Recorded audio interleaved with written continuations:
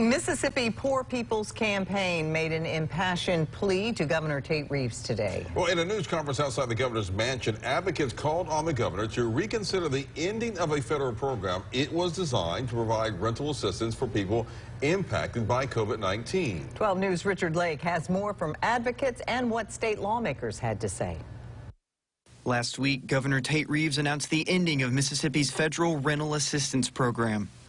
Effective August 15th, Mississippi will stop accepting applications to the federal government's emergency rental assistance program. The Rental Assistance for Mississippians program has benefited over 36,000 individuals and offers up to 15 months of financial assistance.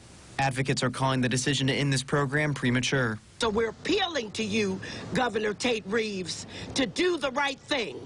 Suspend the deadline, give people time to apply, and advocate for more resources to come into this state.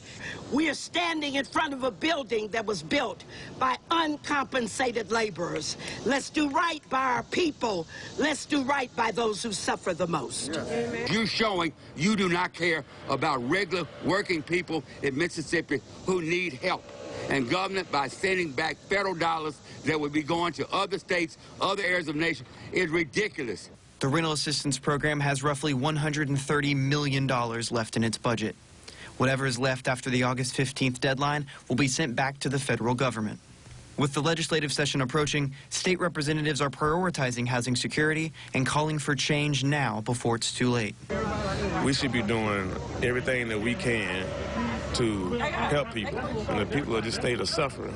So, of course, it's going to be one of our main priorities.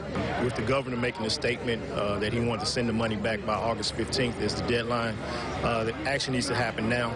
This is what we call taking care of people. We're not doing it. Governor Reeves said in his announcement that applications submitted before August 15th will not be impacted by the deadline.